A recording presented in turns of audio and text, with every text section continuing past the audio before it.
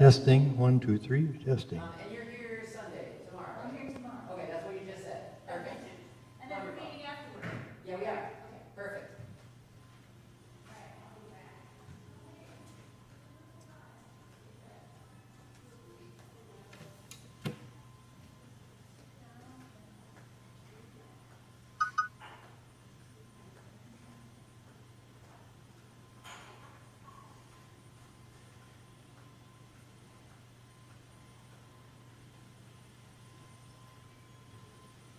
Test, 1, 2, 3.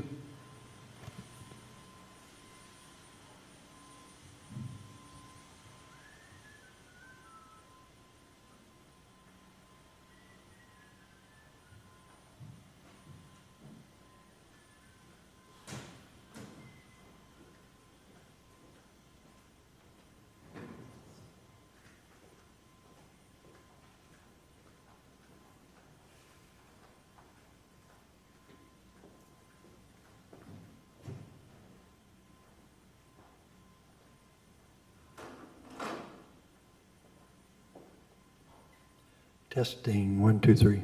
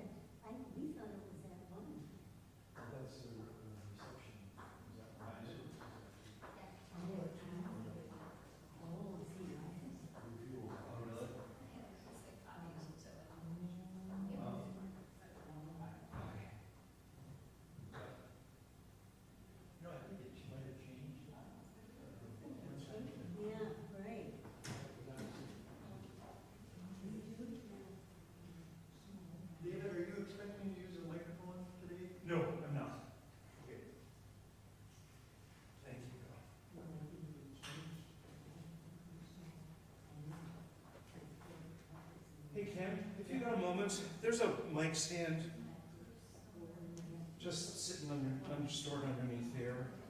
Maybe put that back. What stand? A mic stand. stand. Mic stand on there.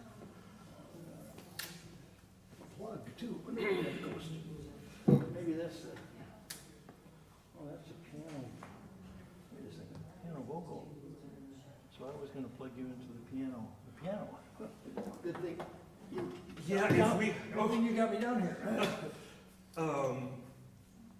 Oh, that's the normal. Yep, that's the. Oh, okay. You like this mic stand? I'll take it back there anyway.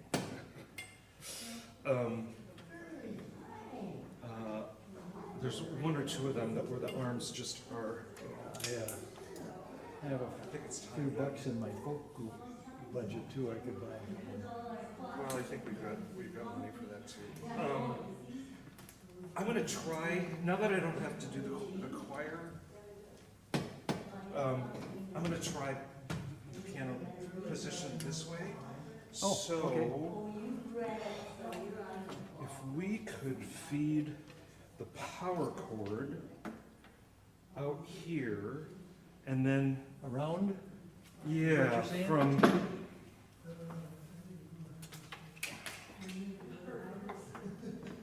I don't know where that's coming from. There's that.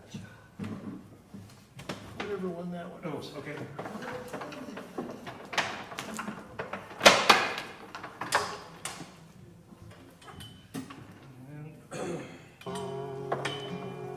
The stream of time floats our bark toward the sea, sweetly I just bought a brand new Roller peals Gaffer's the tape, so evening I'm chime, down.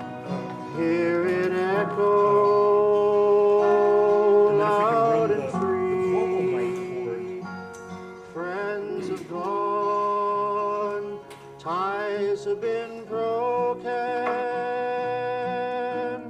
fears and doubts and hopes sublime, careless words so idly spoken lie sleeping 'neath the stream of time. Careless words so idly spoken lie sleeping 'neath the stream of time. Over all that golden shore forms unseen are chanting low strains we loved in days of yore,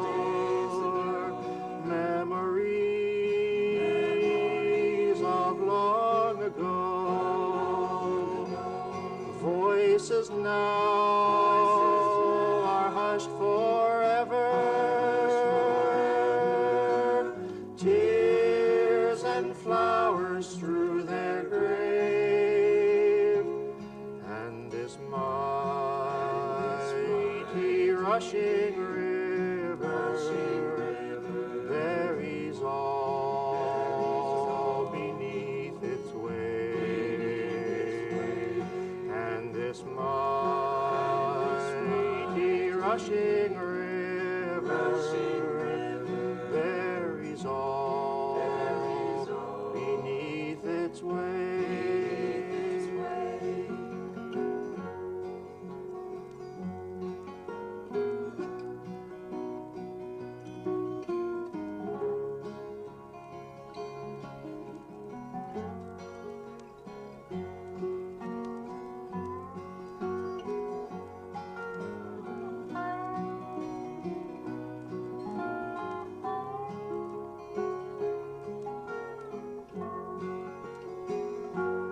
Voices now are hushed forever. Tears and flowers strew their grave. rushing river buries all beneath its wave, and this mighty rushing river buries all beneath its wave.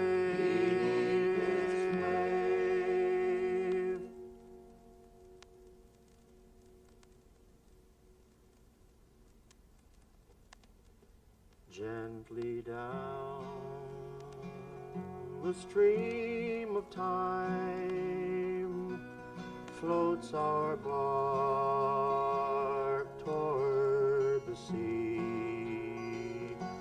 Sweetly peals the evening chime. Hear it echo loud and free. Friends have gone, ties have been broken,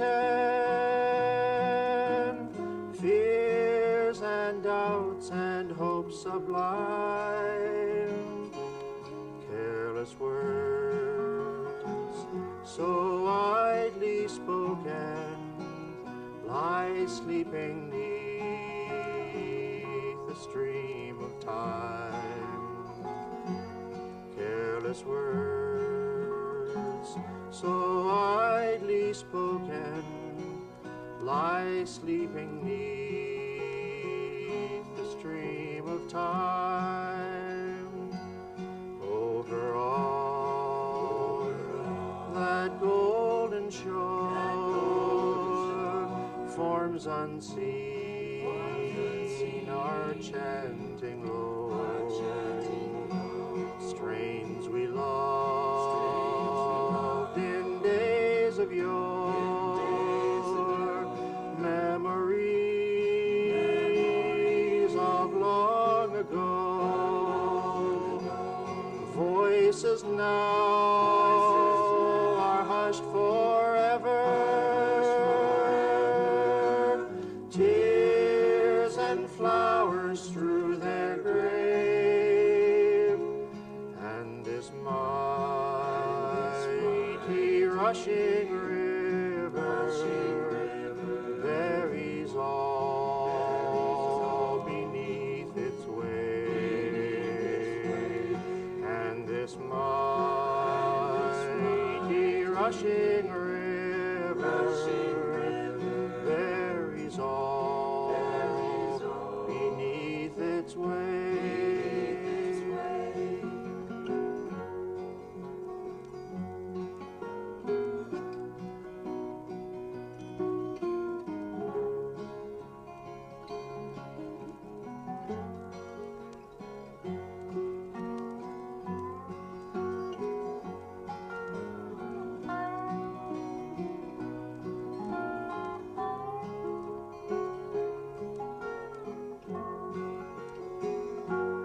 Voices now are hushed forever, tears and flowers strew their grave, and this mighty rushing river buries all beneath its wave, and this mighty rushing river buries all beneath its wave.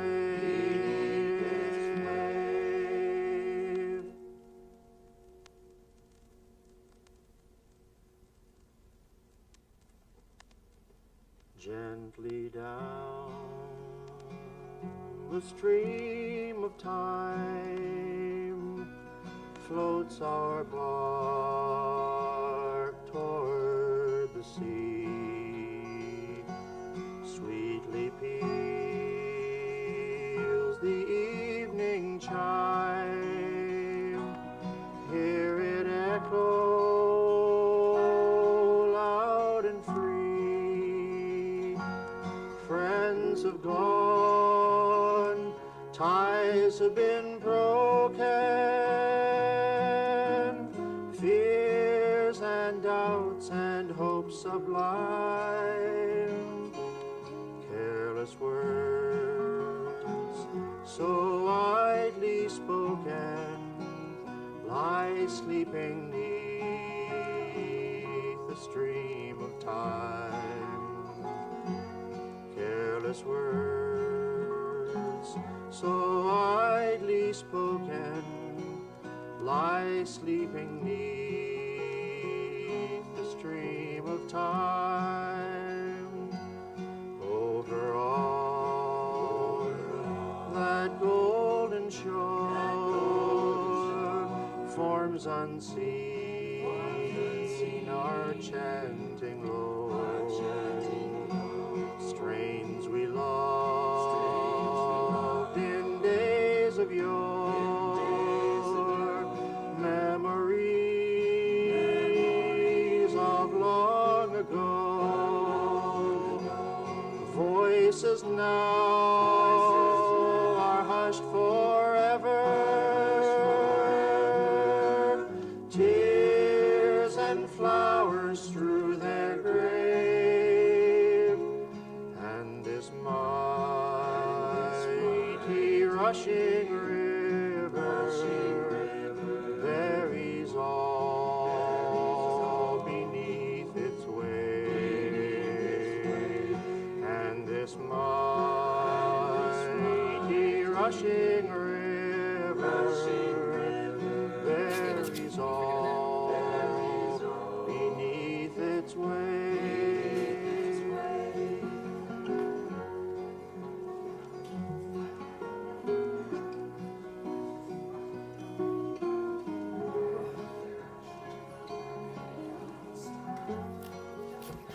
One, two, three. You're a rockstar, David. Appreciate you.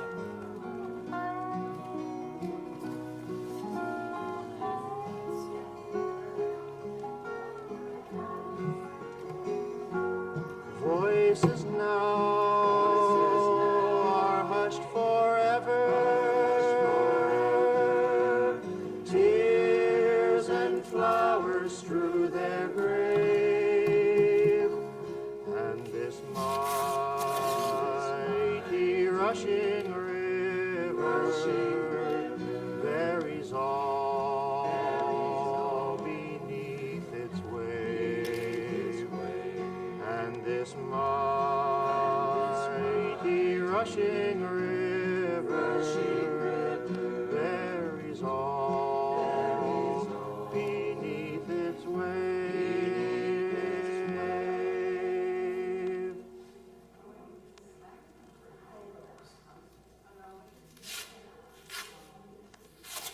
Gently down the stream of time floats our bark toward the sea. Sweetly peals the evening chime. Hear it echo loud and free. Friends have gone, ties have been broken, fears and doubts and hopes sublime, careless words so idly spoken lie sleeping neath the stream of time, careless words so idly spoken lie sleeping neath the stream of time. Over all that golden shore forms unseen are chanting low strains we loved in days of yore, memories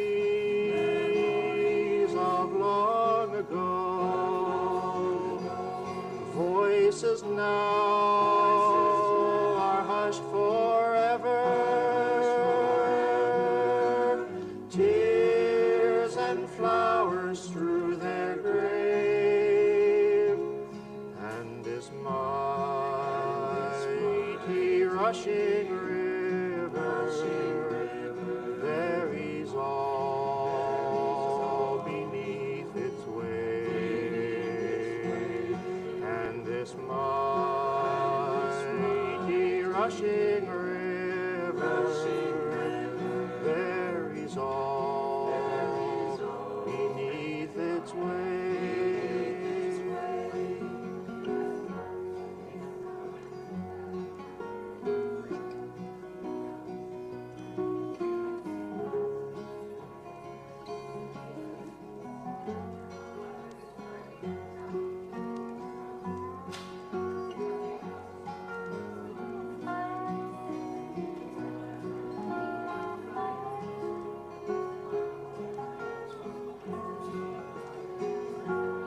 Voices now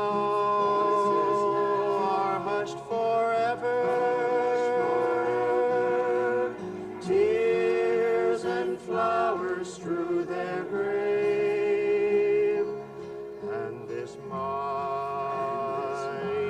rushing river buries all beneath its waves, and this mighty rushing river buries all beneath its wave.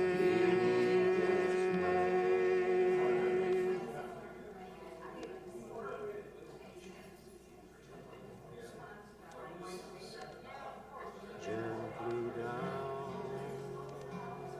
the stream of time floats our bark toward the sea. Sweetly peals the evening chime. Hear it echo loud and free. Friends have gone, ties have been broken, fears and doubts and hopes sublime, careless words so idly spoken lie sleeping neath the stream of time. Careless words so idly spoken lie sleeping neath the stream of time. Over all that golden shore,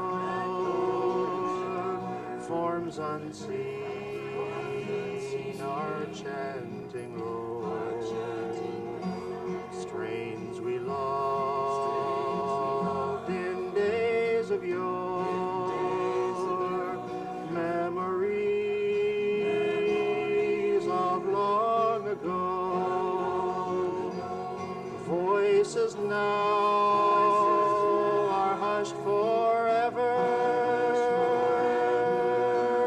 Tears and flowers strew their grave, and this mighty rushing river buries all beneath its wave, and this mighty rushing river buries all beneath its wave.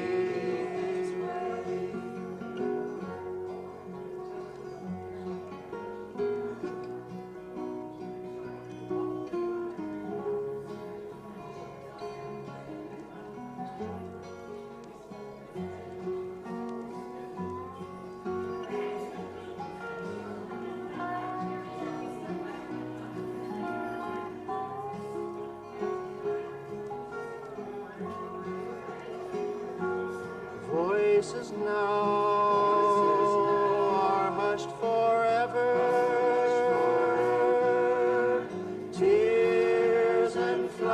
flowers strew their grave, and this mighty rushing river buries all beneath its waves, and this mighty rushing river buries all beneath its waves.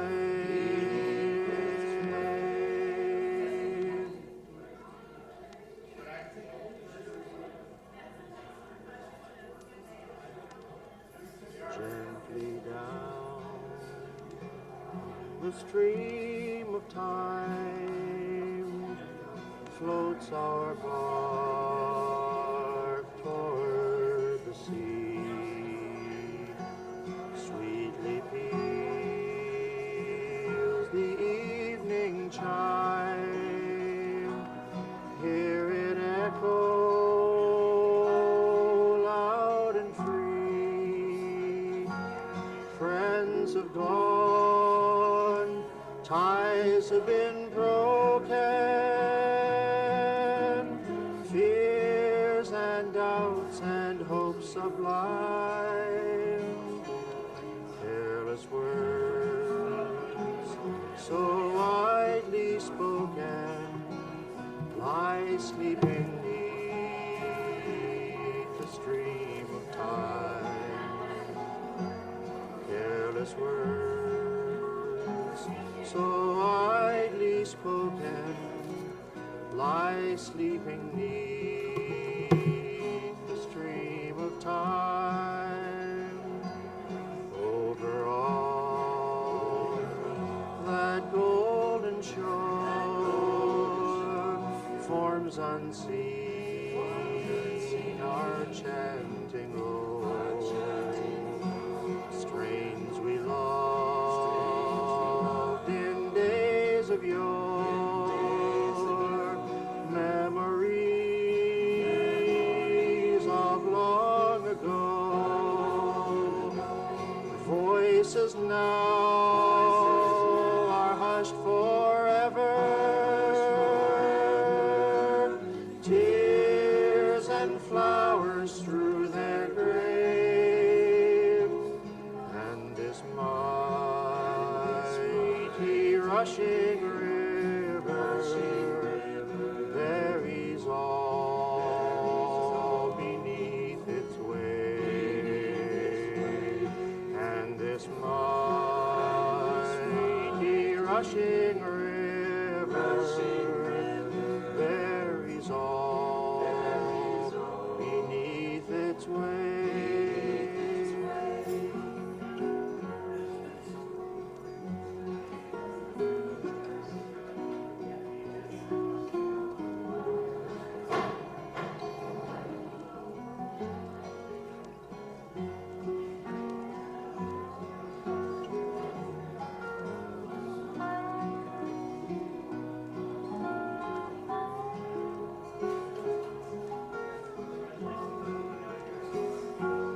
Voices now are hushed forever, tears and flowers strew their grave, and this mighty rushing river buries all beneath its weight, and this mighty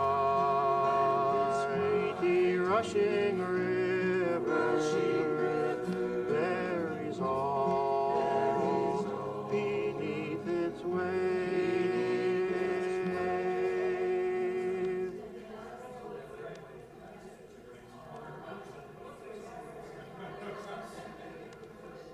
Gently down the stream of time floats our bark toward the sea. Sweetly peals the evening chime. Hear it echo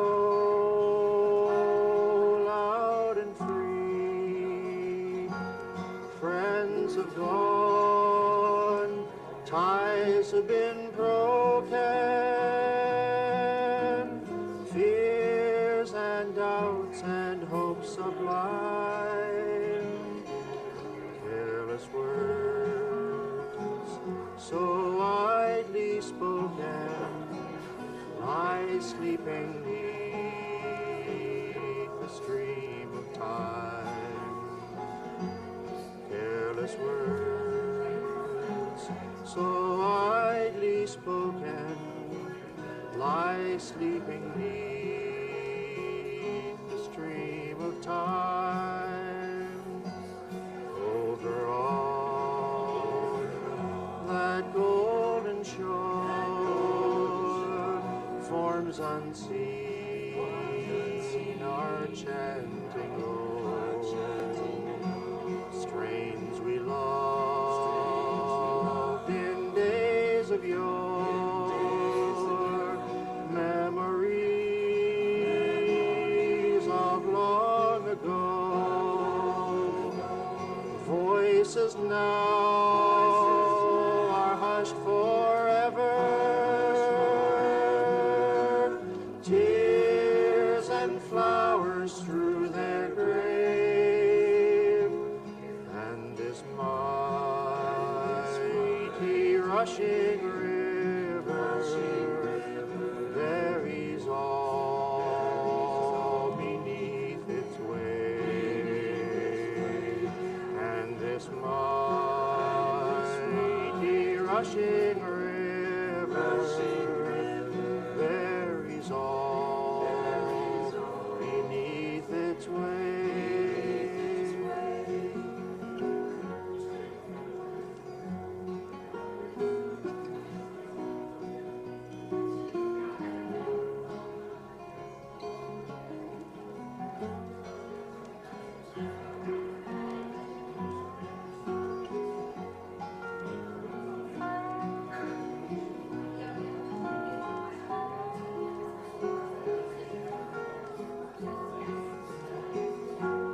Voices now are hushed forever,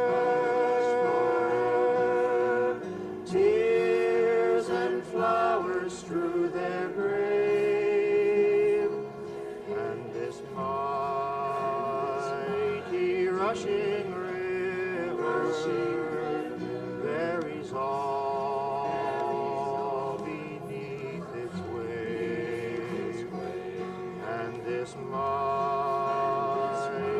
rushing river buries all beneath its wave.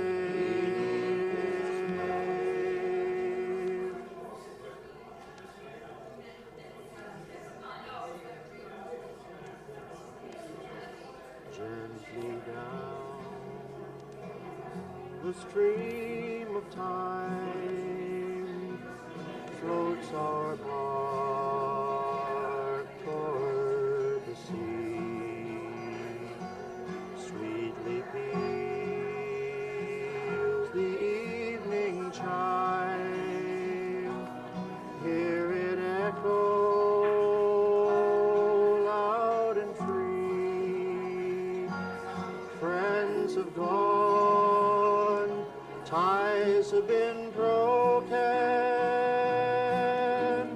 fears and doubts and hopes sublime, careless words so idly spoken lie sleeping beneath the stream of time, careless words so idly spoken lie sleeping beneath the stream of time. Over all that golden shore, forms unseen are chanting low, strains we loved in days of yore, memories of long ago.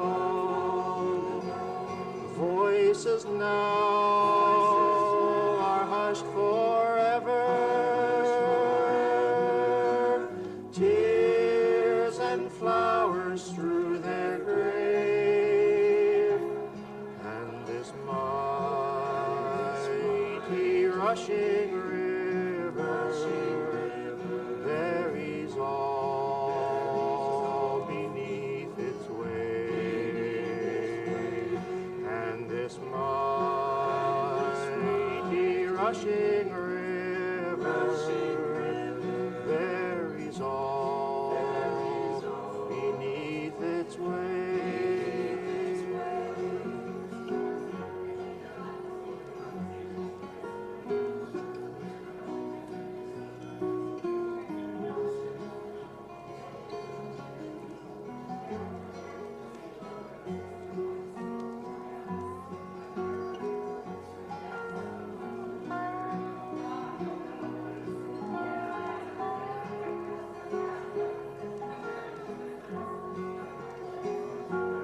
Voices now are hushed forever.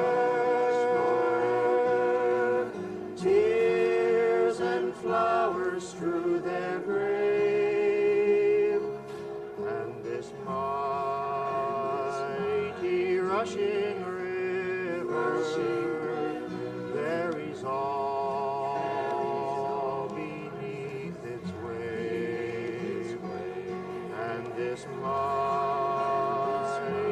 rushing river buries all beneath its wave.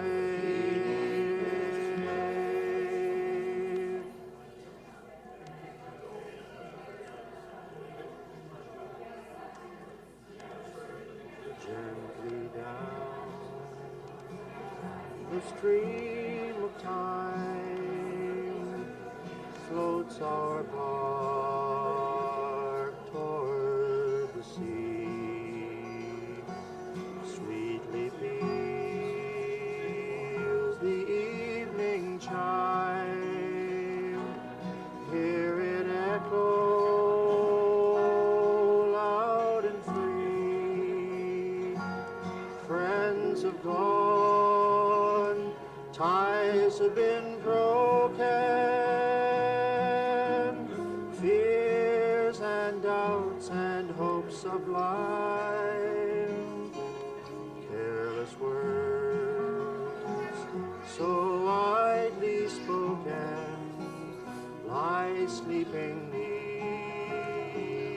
the stream of time.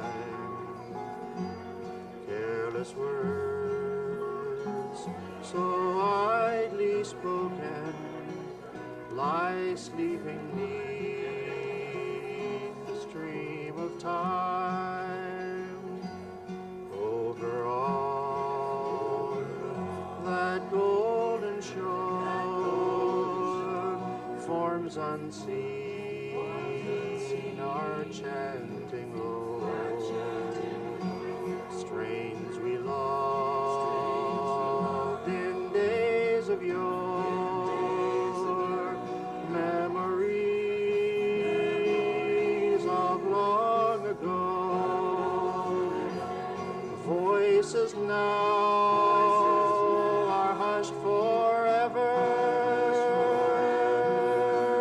Tears and flowers strew their grave, and this mighty rushing river buries all beneath its wave, and this mighty rushing river buries all beneath its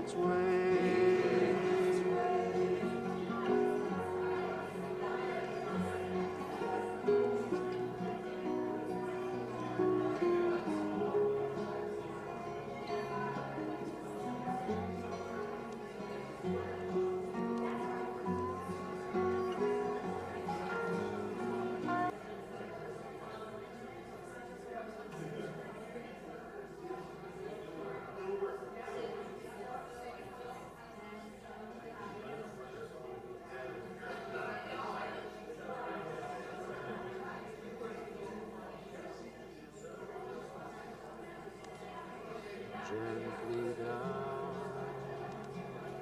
the stream of time.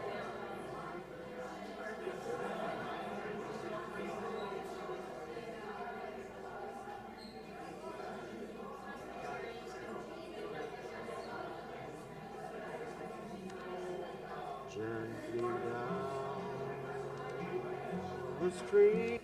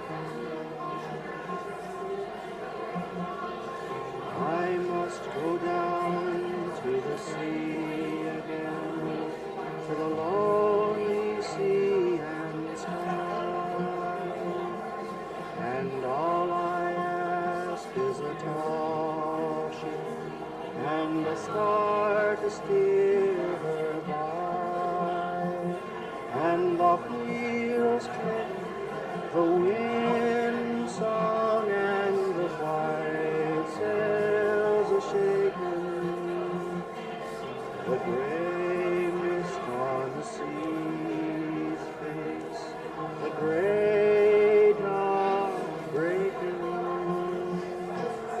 I must go down to the sea again for the call of the running tide is a wild call and a clear call that may not be denied.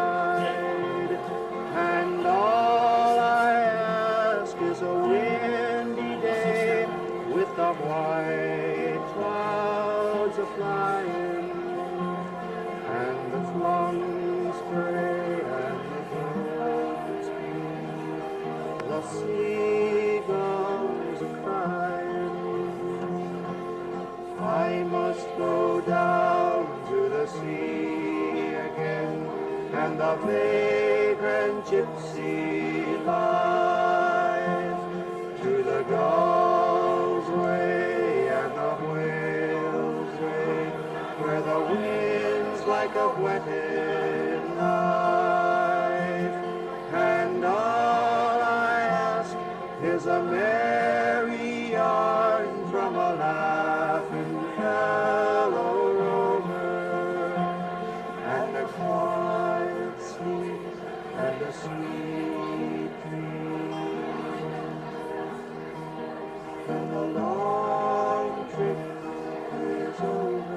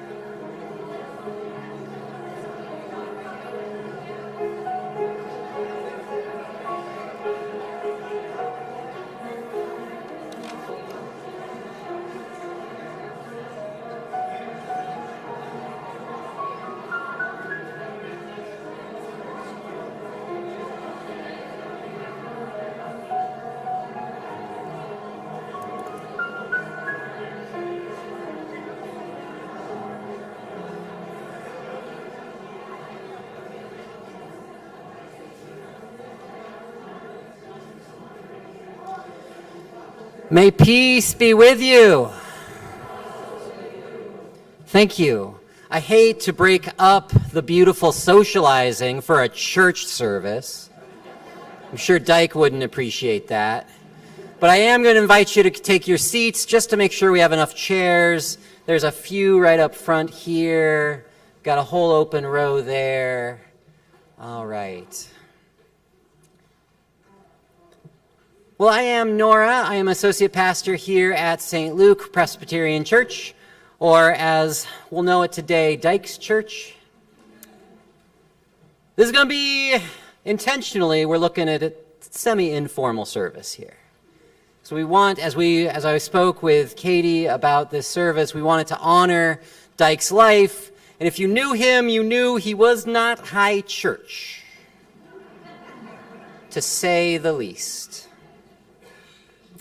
We're going to have a sing-along a little later that I understand some family members are going to lead. I don't know who, so that'll be fun. And I invite you, if you need extra assistive hearing devices, we have some in the back under the sign that says the wider community. Restrooms are upstairs at the top of the ramp on the right. And I'm going to invite you now to turn off your cell phones. Don't just silence them. I'm going to invite you to turn them off, in honor of Dyke's dedication to being out of cell phone service. If you do not know of some reason to have your phone on, I invite you to be present in this moment together as we gather to remember and honor Dyke Williams. And so now the work of getting here is done, and we can be present in this moment together. And I invite you now, I hope that you have a bulletin in front of you. It's going to be your guide to today's service as we join together with one voice for our call to worship. Will you please join me in speaking as we begin, that after the rain, the sun will shine, that after darkness, light appears, that winter always brings the spring, that after sleep, we wake again, that life goes on and love remains, and life and love can never die. Amen. Will you please rise in body or spirit as you are called and able for our opening song, How Can I Keep From Singin'?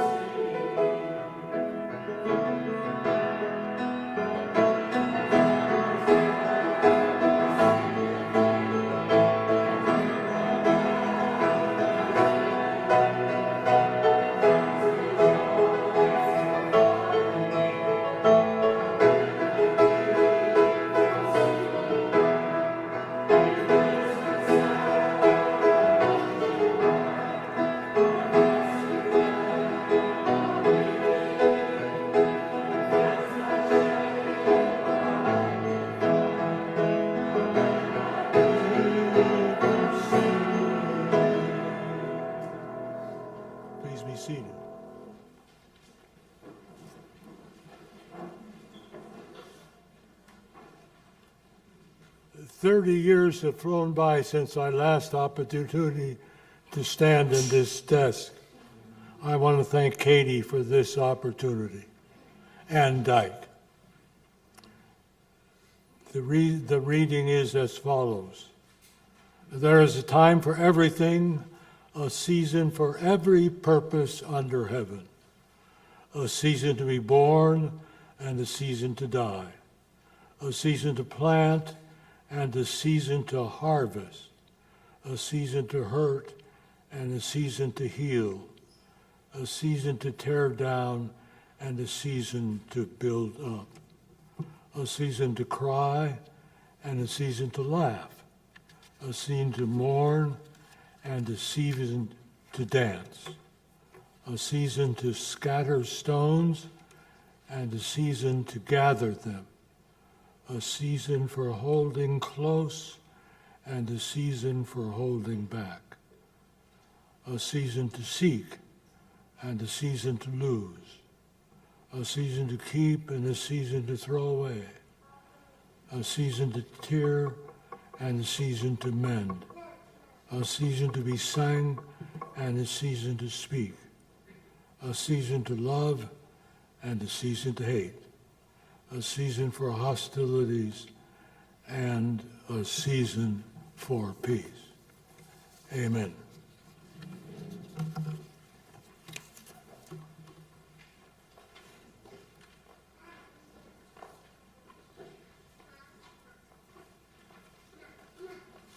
I'll invite Greg Wilcox up.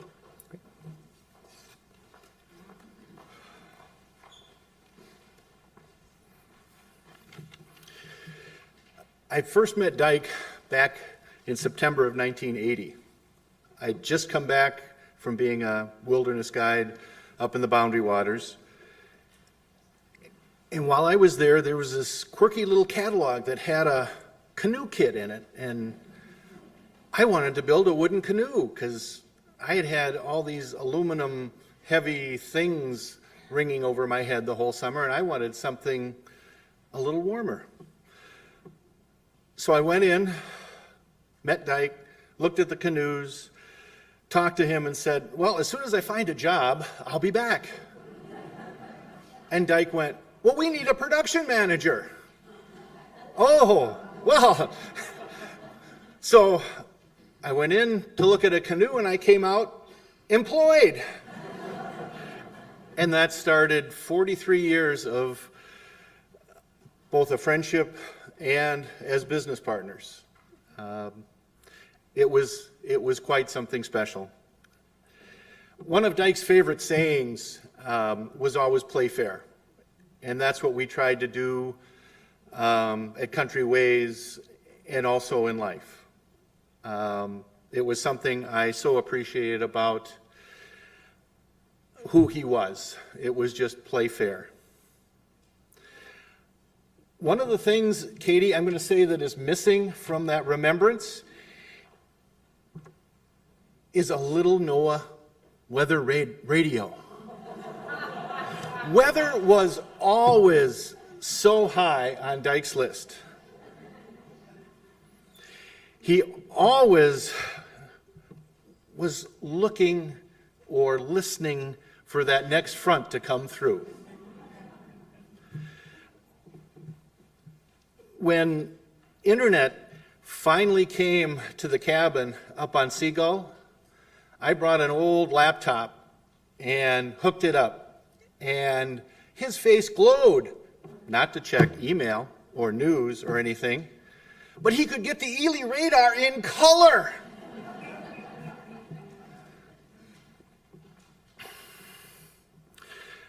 I will miss Dyke's smile, our many lunches together at whatever ethnic food we chose for that day, our times paddling and just sitting, looking at Seagull Lake or whatever.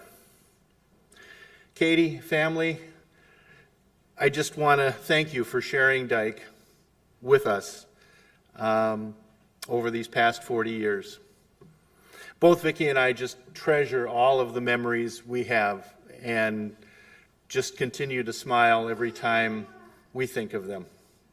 God bless you.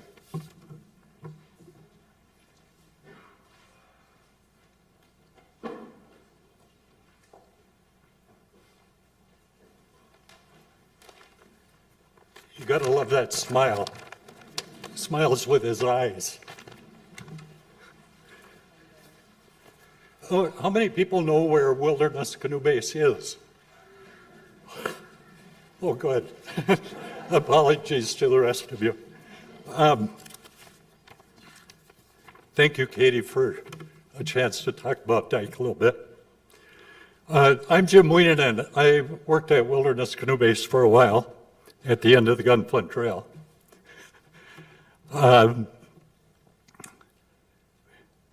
Dyke Williams was hired as the wilderness director in the fall of 1986 and served for 6 years. That fall, Dyke came up to camp to check out the lay of the land and probably to check me out too. We had at that point two things in common. We had both worked at the Outward Bound School, and we had years of canoe trip experiences to share.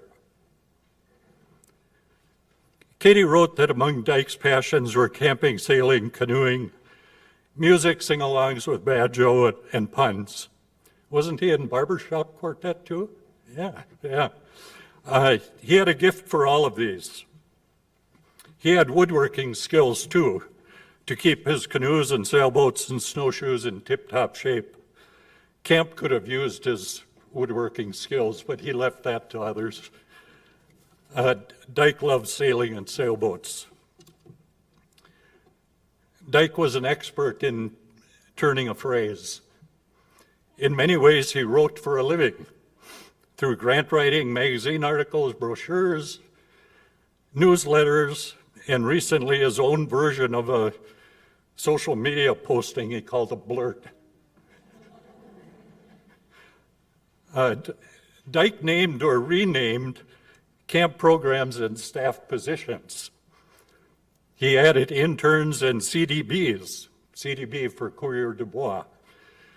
These young staff did a little of everything. He named a bunch of positions coordinators, logistics, site, environmental education, program coordinators. Family camp became island camp. The nurse became the director of health and safety. And he changed service aide to spotlessness coordinator. You might think that meant coordinating spots, but nope, that person was responsible for keeping, among other things, 13 outhouses clean. He was spot on with that one.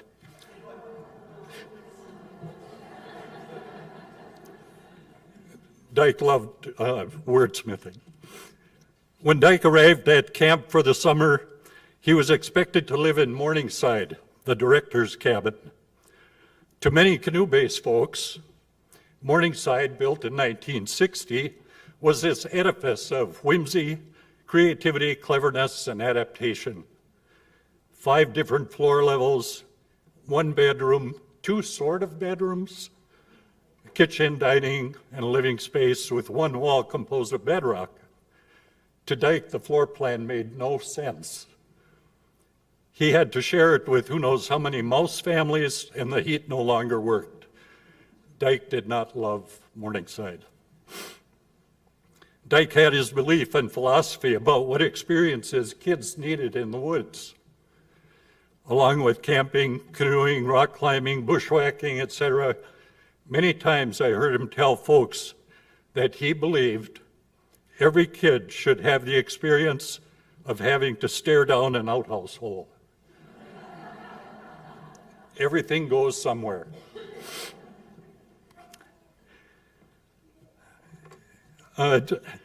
Dyke knew his clouds. Knowing clouds and weather was important for group safety.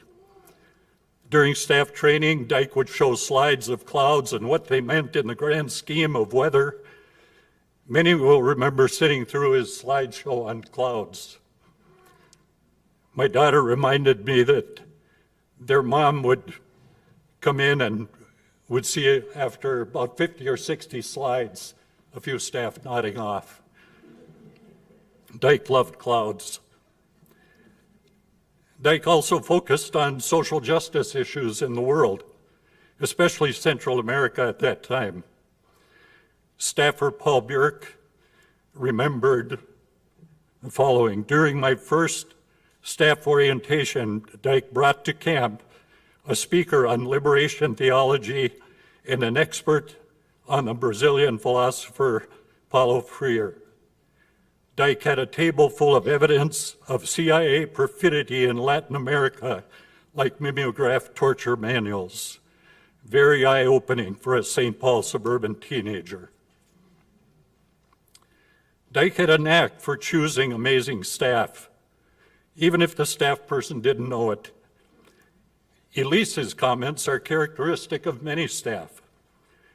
She said, "It was Dyke who was canvassing for camp staff at Hamlin University when I was wondering what I would be doing after I graduated. I'm so thankful that I found Wilderness, the Boundary Waters, and Grand Marais. It was one of those points in life where my trajectory took a turn by this chance conversation with Dyke. He must have waxed convincingly about camp and assured me that not having any experience in the woods or on the water would be just fine. It was much better than fine. Dyke helped me understand that all God's children have a place in the choir. Dyke had a passion for experiential education." Okay, this is where the story gets hard. Dyke not only supported me and my girls, but also the camp staff, and kept the program operating when my wife was killed on the Gunflint Trail. After the accident, Dyke drove my girls to the hospital so I could tell them what happened. Maria and Carly remember that car ride with Dyke. Life could have really gone sideways for us, but Dyke kept a steady rudder at camp, and I was able to continue. That was a tough time.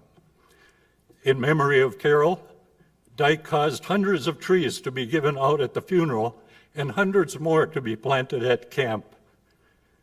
Dyke and Katie's care, support, and hospitality sustained me and my family for years. Okay, despite Dyke's Morningside aversion, Dyke and Katie took a liking to Seagull Lake. In 1989, they jumped at the chance to purchase one of Seagull Lake's earliest properties.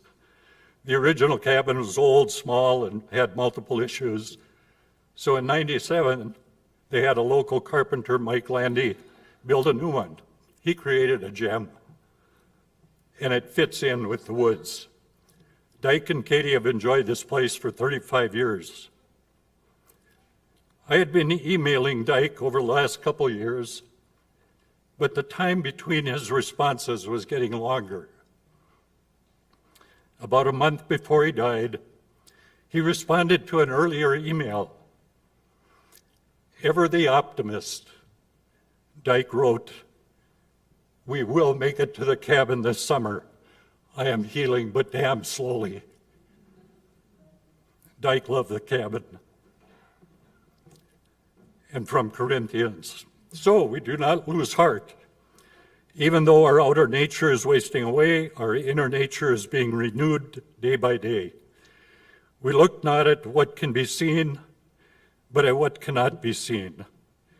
For what can be seen is temporary, but what cannot be seen is eternal." Dyke, I'll see you at the last portage.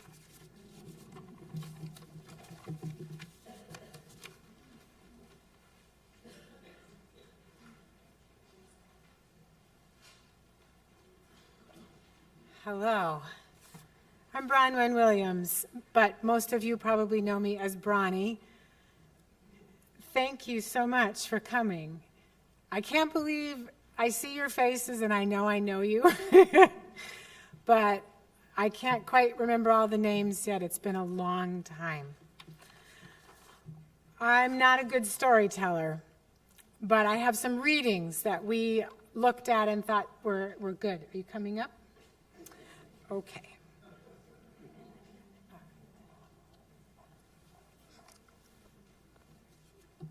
Ready? That's a microphone. The first one is from Sigurd Olsen,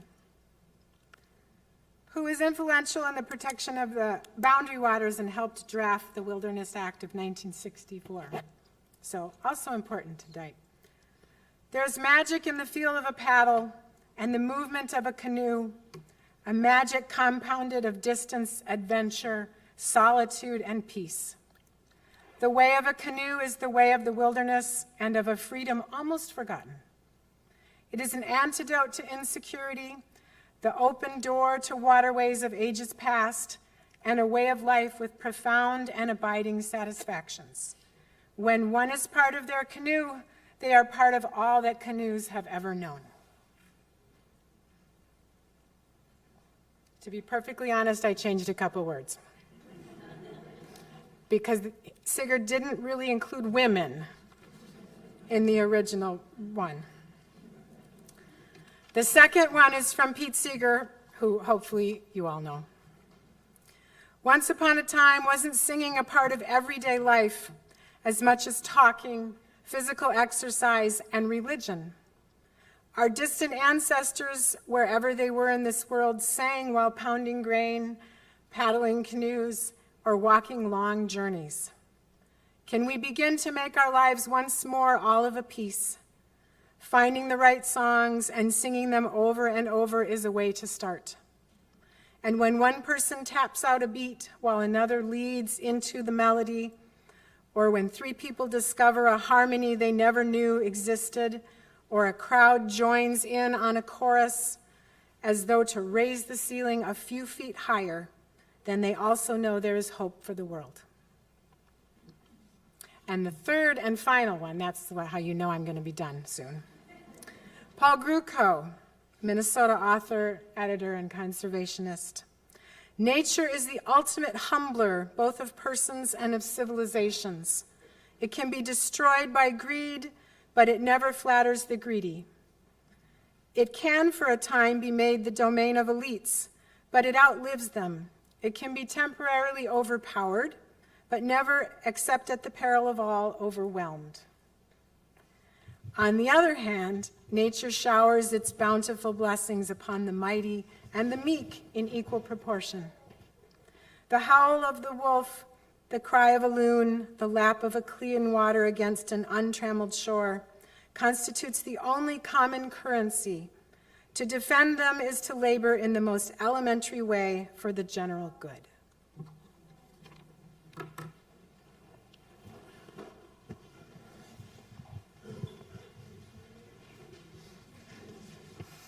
Oh, thank you so much for coming today, and thank you also to St. Luke and the way you have sustained our family over the many, many, many years. When we moved here in 1969 from Boston, we thought it was going to be an interesting experience to live somewhere off the East Coast for a few years.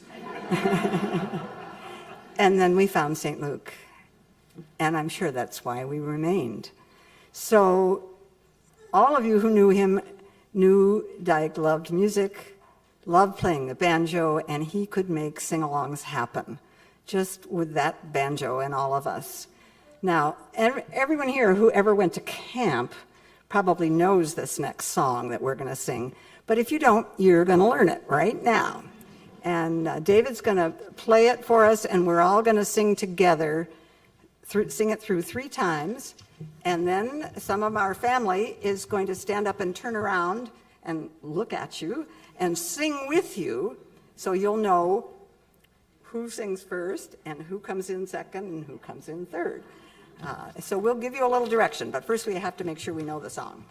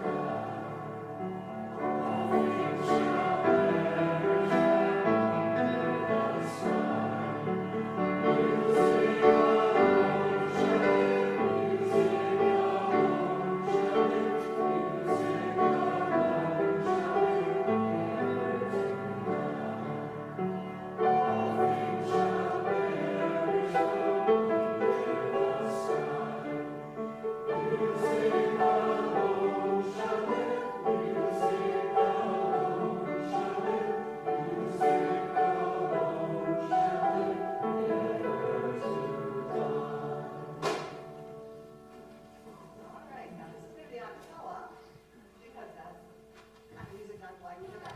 So let's, with Dyke's brother Barry and our son Mark are going to move over this way a little bit and we're this group.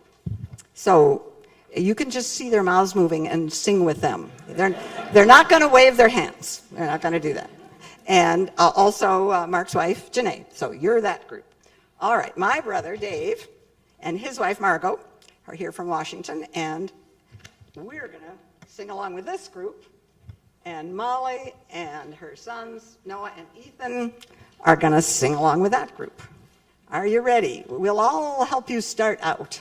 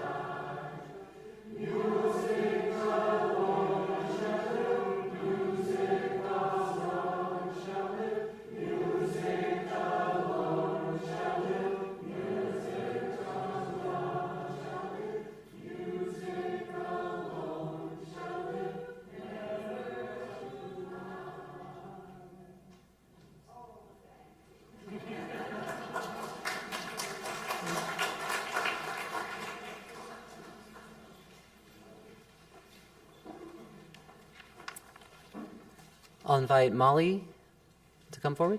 Molly?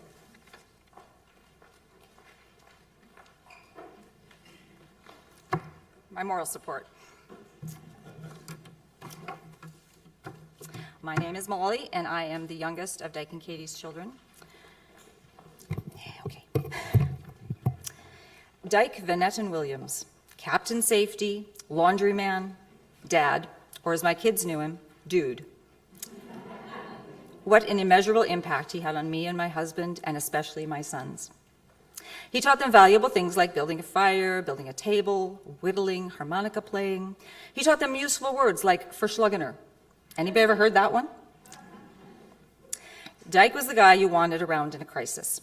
He was very, very prepared for any eventuality. He was calm and cool and capable of handling tough situations. He knew what to do, and he did it, or told us to do it. Much of his life was spent on, in, and around the water. He had a comfort and ease with boats, like he really understood them. One of my vivid memories is from what my family refers to as Louisa Day 1. Louisa is an acronym for a multi-day sailing race on Lake of the Woods in Ontario. It's been part of our lives in one way or another for decades. 8 or 9 years ago, Dad bought another in a series of sailboats, which we collectively named A Cappella. All his boats had music-related names: Madrigal, Minstrel, Anthem. At that time, he was experiencing various aches and pains, and he was not always up to sailing or racing. But that year, he was ready to go and met us, my husband Mike and my sons Noah and Ethan, on the dock to be our skipper for the race 1. As we left the dock, Dad mentioned that Environment Canada had issued a warning for possible gale force winds that day. As some of you remember, Dyke was often expecting dire and disastrous weather conditions. So we just nodded and dismissed it without another thought. However, halfway through the race, the wind clocked around and began to get stronger. We downsized to a smaller head sail and carried on. Some boats dropped out of the race, some boats lost control a little bit. The wind got even stronger, so we reefed our mainsail and carried on. My boys began to get scared and wanted to go home. We gave my youngest Ethan the job of holding onto a rope that was hanging down into the cabin. The rope did absolutely nothing, but he held onto it for hours thinking he was helping. The wind got stronger and stronger, the waves got bigger, and we watched a similar-sized sailboat smash up into and then onto an island. Now I was getting scared. In discussing our options, Dad convinced Mike and me that we were more at risk by taking down our sails and using the small outboard motor than we were carrying on under sail. So, we kept up the mainsail, and he sent me up to the bow of the boat to bring down and secure the headsail. The boat was storming up and down at least 6-foot waves. I was frequently on the boat but underwater. As I completed the task and looked back at my dad, I saw a surreal calm. He was in control. He was focused. It was going to be okay. He knew exactly how to handle the boat in the conditions. He wasn't scared. He was just getting it done. And that is how I like to remember him. With that elegance, the way he flipped and lifted a canoe onto his shoulders to portage to the next lake, and then gracefully turned it down onto the water.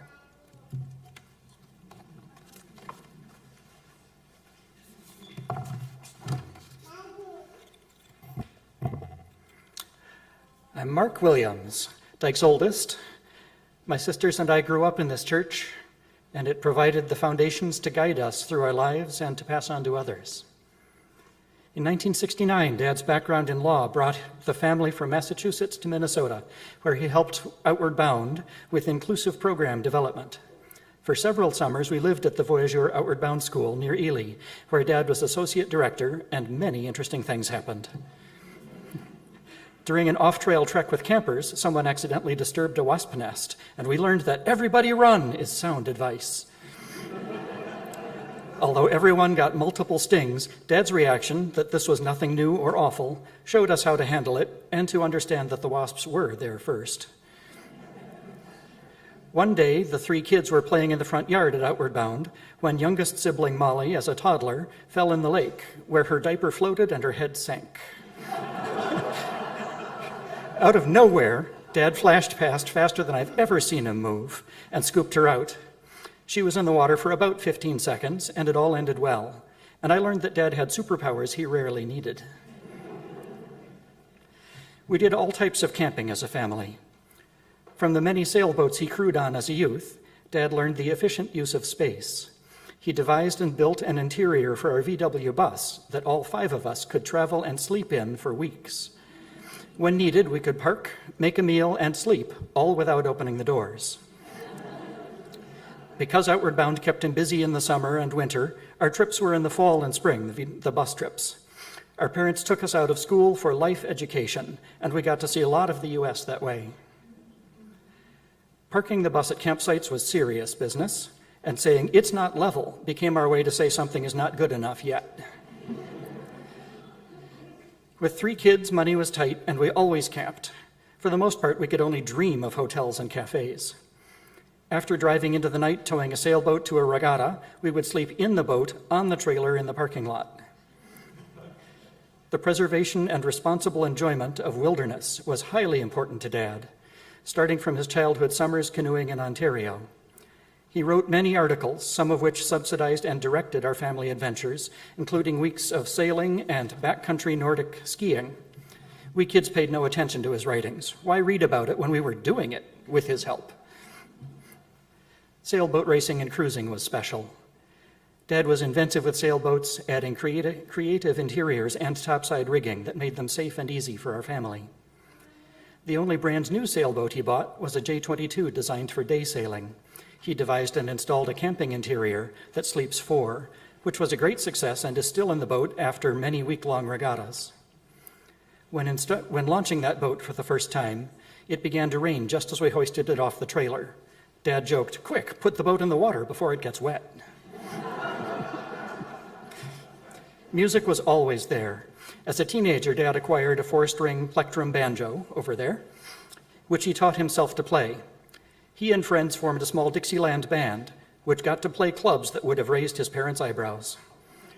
This banjo became a lifelong part of him, appearing at every music party and going on every car and sailing adventure. Singing and camping and sailing with our family taught the kids that learning and doing things together gets us farther than going it alone. The real points are given for helping the group get it done together. So I get from Dad many fine qualities, including morning grumpiness,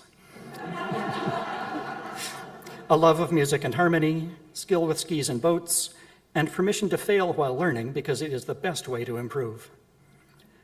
The word Noonway likely comes from the Ojibwe or Algonquin First Nations. I learned it at the Pathfinder Canoe Camp for White Kids in Ontario's Algonquin Park. Dad loved the park and Pathfinder as camper and then counselor. I understand Noonway to mean hello, goodbye, and peace between us, and I think Dad would be happy to hear Noonway again. Thank you all for being part of the adventure.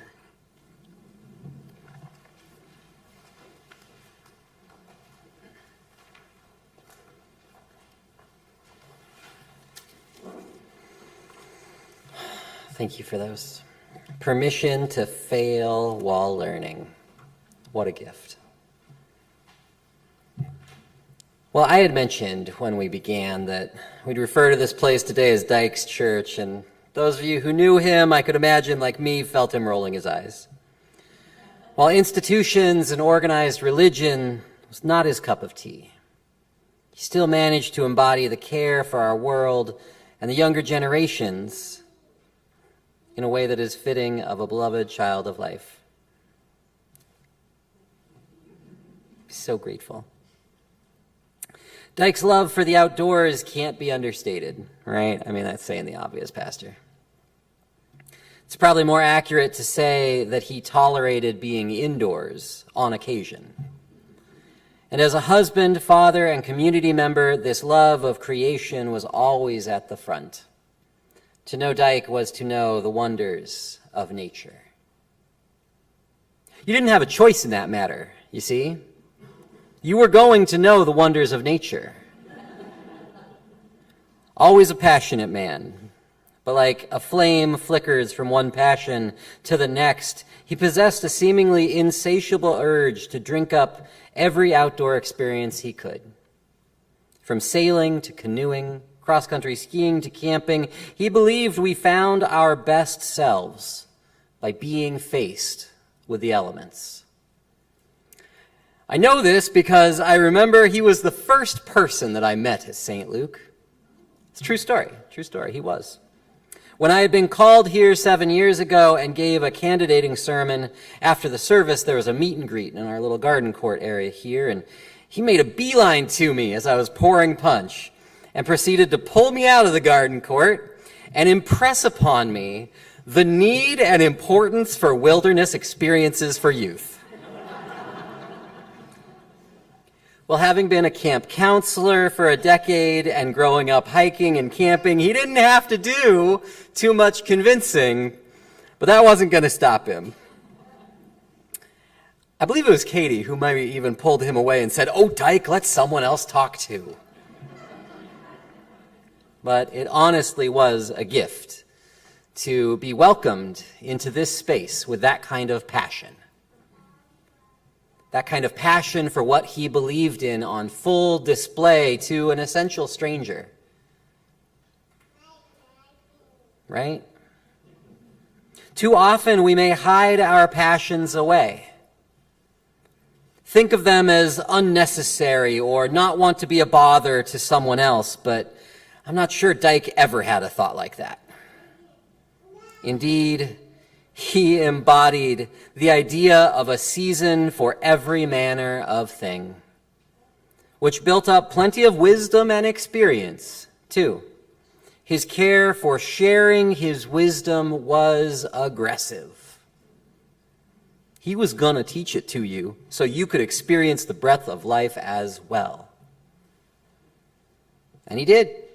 Inspiring his community to sing, teaching his wife Katie to paddle a canoe, teaching his children patience, though that may have just been a byproduct of his verbose strength of will.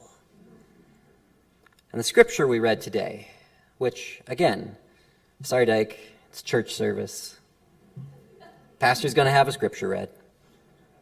It highlights embracing the wide diversity of experience as being sacred. And Dyke certainly embodied that diversity of experience. He was always rolling his eyes at me when I'd talk about being a man of such strong faith. It's true. This man quit a lot of jobs without something else lined up. Saying, Katie was alongside him, married 62 years. and tells me that he'd get bored of a job and quit, saying life's too short, I'll figure something out. And he would. So would she, quite frankly. Amongst other things, he taught endurance and strength, creativity, and following your passions, even until the end, which required much endurance and strength from his family, who embodied that unrelenting love that was hallmarked by Dyke in the wilderness. And while those final years were tough, and he couldn't go do those things he was once so passionate about, that is life. I think he knew that. Even the most active among us will be stilled. So we embrace it while we have it. Even the most talkative will be silenced. I know. For there is a season for all things, and Dyke lived his seasons to their fullest. And like it or not, his family was going to live life to the fullest too. So pack up everybody in the VW bus, we're going on a road trip.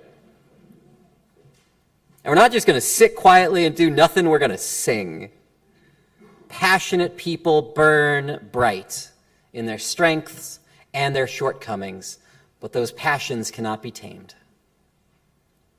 But that season of outdoor adventures stretched for years and years as he found his way here and sang in a quartet here in a church of all places. I'm sure it's because he couldn't find another quartet somewhere else in the wilderness where they weren't always talking about Jesus. But when you're passionate about something and you think it makes life worth living, you deal with the stuff that you're not as wild about. Doesn't have to be perfect, because it's life-giving. And music brings people together in a way that nothing else does. Even when we aren't all professional singers, we can't carry a tune. I'd say even especially when we aren't professional singers, but we get out of our heads and into the world. While his full seasons of life have now passed, and his seasons of illness and decline are over, the wilderness remains. I think he knew how small our lives are in comparison to all of creation. How the seasons of our lives can pass quicker than we realize. So we got to cram in as much as we can. Get out there and do it. But I pray, even in those final months and years when the seasons of activity had passed, I pray his time with Katie and his family in the outdoors gave him a wealth of peace to linger in. Yes, our seasons pass faster than any of us expect sometimes. And if there's one thing that I learned from Dyke in the short time that I knew him, it's that if there's something important to you, do everything you can to share that with the people that you love. We can honor Dyke, not with our words or prayers, not with money or intentions, but in time spent outdoors. Connecting with nature. Instead of that thing that the rest of the world thinks you ought to be doing. Disconnect. If we do that, I believe he might actually be satisfied with us, at least for a season.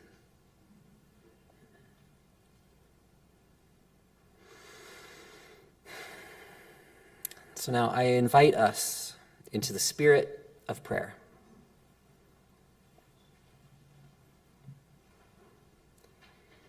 Eternal God, who breathed into lifeless dust and brought forth all manner of creation, we bless the return to the elements of your passionate child, Dyke Williams. We thank you for the steadfast love that followed Dyke all the days of his life on this earth. We thank you that for Dyke all sickness and sorrow are ended, and even death itself is past, that he has now paddled upstream to join that eternal chorus where all your beloved people gather in peace. O God of all mercies and comforts, in tender love and compassion, embrace your sorrowing children. Be their shelter and refuge, an ever-present help amid the wilderness of our grief. And O God, be patient with Dyke, if he has some ideas for how you ought to do things. Amen. So with that, I'm going to invite you to rise once more in body or spirit as you're called and able for our closing hymn, Oh, When the Saints Go Marching. And Dyke, we got to get him to sing loud, right? Sing it out.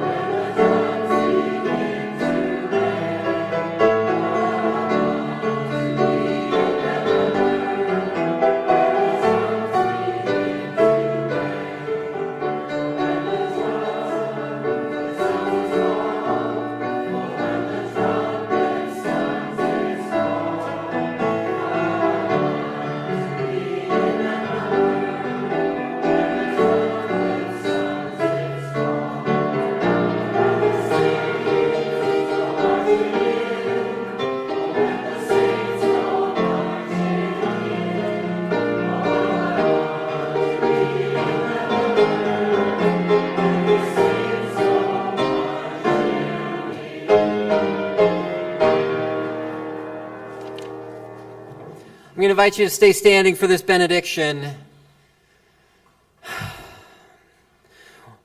Beloved, may the road rise to meet you. May the wind be always at your back. May the sun shine warm upon your face, and may the rain fall soft upon your field. And until we meet again, may God hold you in the palm of God's hand. Amen.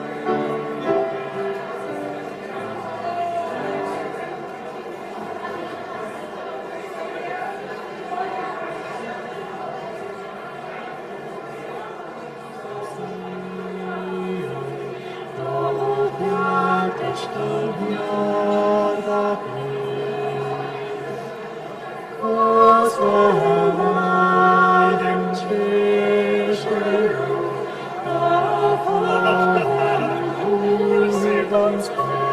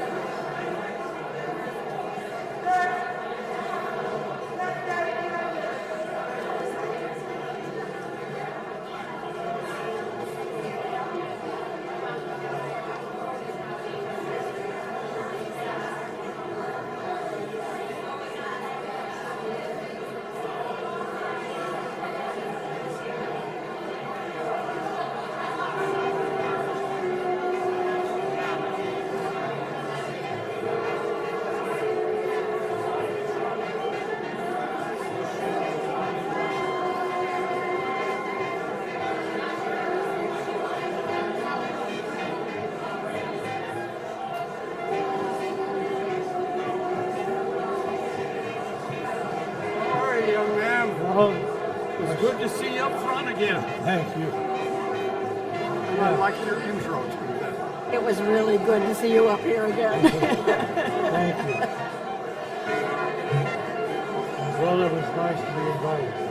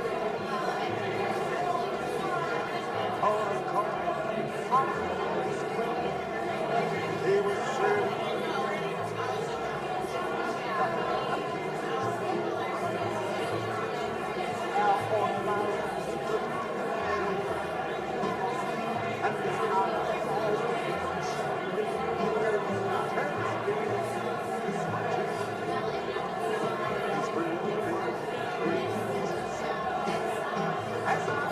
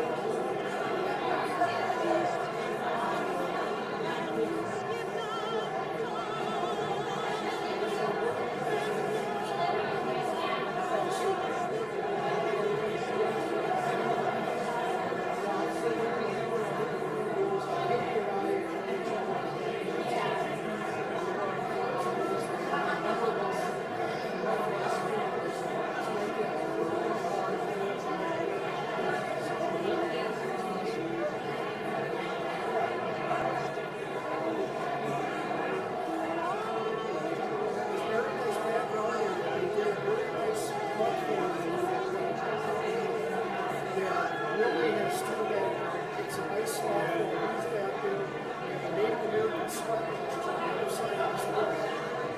I've been to Colorado sometime, I just love that beautiful back there. It's just very nice.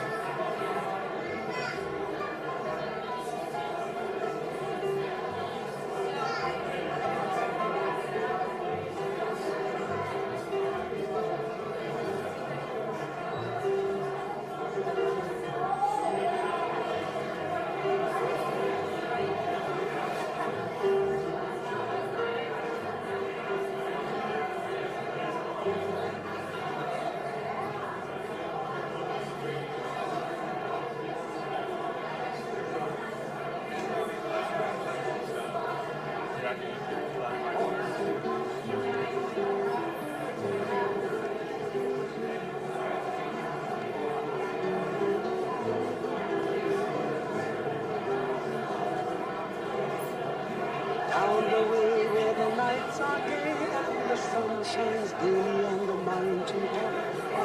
I took a trip on a sailing ship, and when I reached Jamaica, I made a stop. but I'm sad to say I'm on my way. Looking back for many a day, my heart is down, my head is turning around, I have to look